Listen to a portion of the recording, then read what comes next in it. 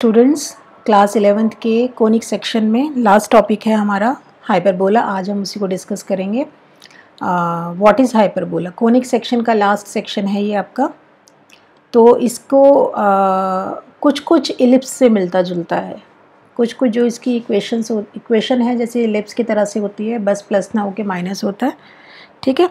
और इलिप्स में हमने क्या किया था कि जो हमारा जो ऑर्बिट था, जो भी हम पॉइंट हम उसके ऊपर ले रहे थे, उस पॉइंट का दो फिक्स्ड पॉइंट से जो डिस्टेंस का सम होता है वो क्या होता है? कांस्टेंट होता है। डिस्टेंस का सम, ठीक है। कांस्टेंट मतलब किसी भी पॉइंट से अगर हम वो दोनों पॉइंट से डिस्टेंस का सम लेंगे, फोकस जो दोनों थे F1 F2, तो उसका सम जो होगा वो सेम रहेगा। अब यहाँ पर क्या है? It is the set of all points in a plane, the difference of whose distances from two fixed point in the plane is a constant। अब यहाँ क्या है? यहाँ जो वो दोनों फिक्स्ड पॉइंट हैं, फोकस यहाँ पर भी आपके दो होते हैं, F1 और F2, ठीक है।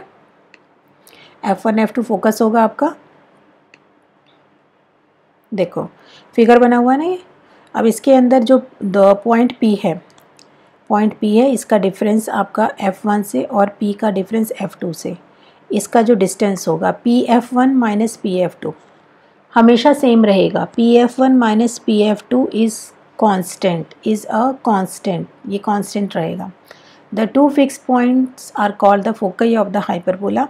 सेंटर ऑफ द हाइपरबोला क्या होता है? ये O। The mid point of the line segment joining the foci is called the centre of the hyperbola. जहाँ F1 F2 को जो लाइन मिला रही है, लाइन सेगमेंट जो मिला रही है F1 और F2 को, उसका मिड पॉइंट, ठीक है, O is the centre of the hyperbola. F1 and F2 are the foci of the hyperbola and O is its center. OF1 is equal to OF2, ठीक है।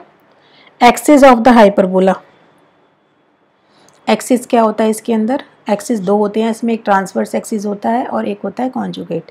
जिस एक्सिस के ऊपर आपके फोकस होते हैं उसको हम बोलते हैं ट्रांसवर्स एक्सिस। जिस भी एक्सिस के ऊपर आपके फोकस होंगे उसको हम बोलेंगे ट्रांसवर्स एक्सिस, और जो दूसरा एक्सिस होगा उसको हम बोलेंगे, जो इसके ऊपर परपेंडिकुलर होगा ऑब्वियसली, वो क्या होगा? कॉन्जुगेट एक्सिस, ठीक है। अब ये जो जहाँ ये इसमें एक ये पॉइंट है आपका A और B, ठीक है। A और B मतलब ये जो एक्सिस है इसके ऊपर ये जो फिगर आपकी जहाँ कट कर रही है दोनों तरफ से, ये जो पॉइंट ऑफ इंटरसेक्शन है A और B, इनको हम बोलते हैं वर्टिसेस। तो लेंथ ऑफ ट्रांसवर्स एक्सिस क्या होता है आपका? 2A, ठीक है। और लेंथ ऑफ कॉन्जुगेट एक्सिस क्या होता है आपका? 2B। CD is equal to 2B and AB is equal to 2A। Conjugate axis मैंने समझाई दिया, the lines through the centre and perpendicular to the transverse axis of the hyperbola is called the conjugate axis. Vertices A और B बता दिए। The point at which the hyperbola intersect the transverse axis are called its vertices. Length of transverse axis क्या होता है? 2A. Distance between the foci is 2C. दोनों focus के बीच में distance क्या होता है? F1 F2 is 2C. Length of the conjugate axis is 2B. और A B C में रिलेशन क्या होता है? ये होता है A में, B में और C में। B square is equal to C square minus A square. Eccentricity of a hyperbola.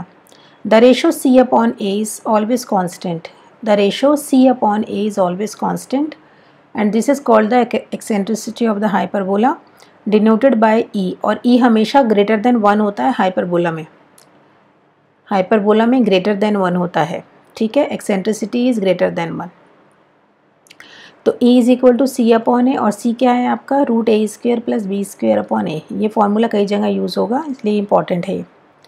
Standard equation of a hyperbola is x² upon A² minus y² upon B² is equal to 1, ठीक है। Latus rectum कहाँ होती है?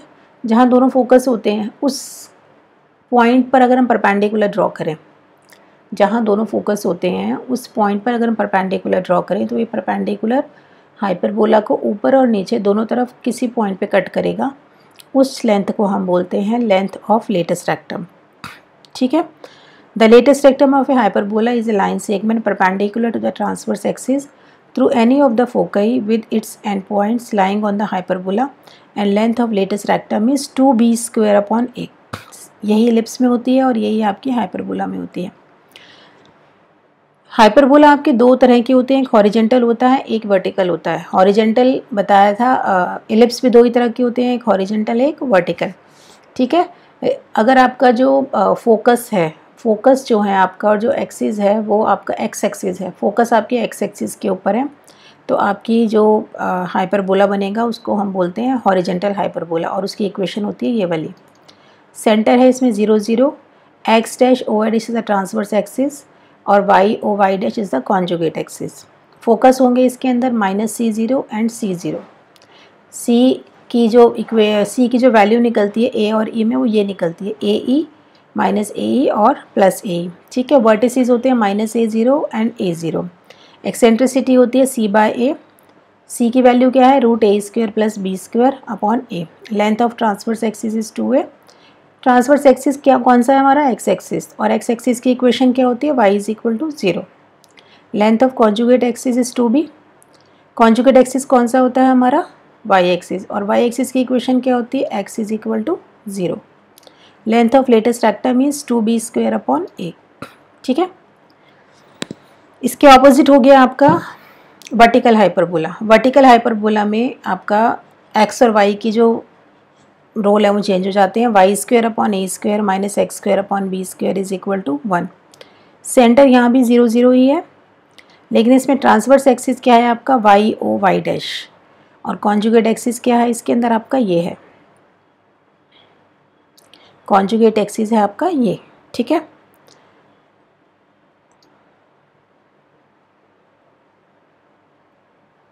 Focus है आपका F1 और F2। F1 है आपका 0 -C और F2 है आपका 0C। वर्टिसेस हैं AB, A के हैं 0 -A और B का है 0A, ठीक है। एक्सेंट्रिसिटी सेम होगी, E = C upon A, same formula. Length of transverse axis is 2A and length of conjugate axis is 2B।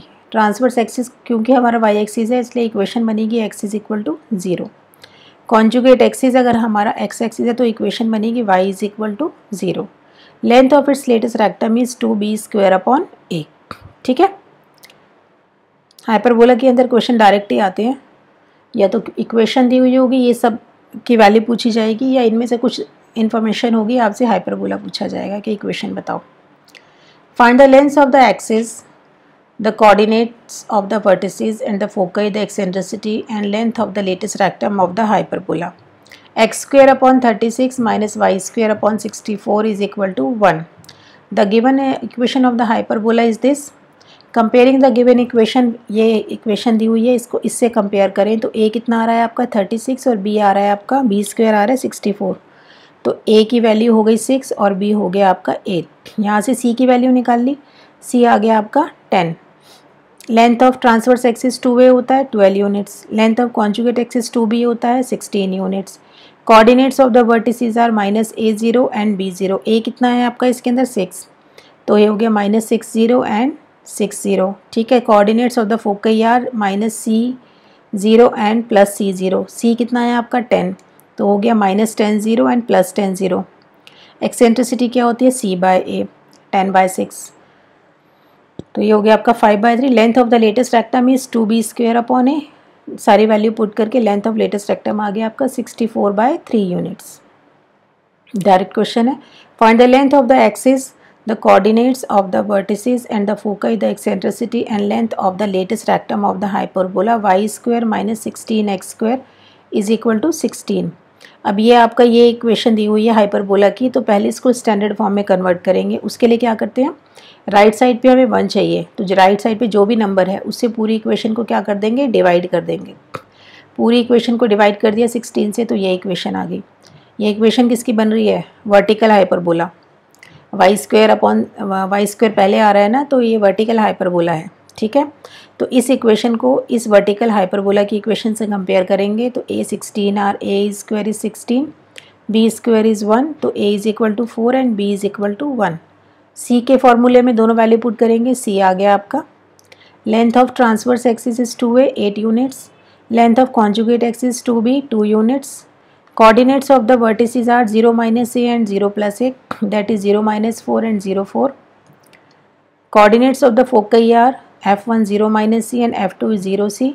तो सी की वैल्यू आ रही थी हमारी √17, तो 0 minus √17, 0 plus √17, eccentricity c by a, √17/4, length of the latus rectum 2b² upon a, value put कर देंगे इसके अंदर, तो ये आ गया आपका 1/2 यूनिट्स। ठीक है, नेक्स्ट क्वेश्चन है फाइंड द, अब इसमें हमें इक्वेशन निकालनी है क्योंकि इसके अंदर हमें क्या दिया हुआ है, इसमें हमें हाइपरबोला की कुछ टर्म्स दी हुई हैं और हमसे पूछा गया है कि आप इसके अंदर हाइपरबोला की इक्वेशन बताओ।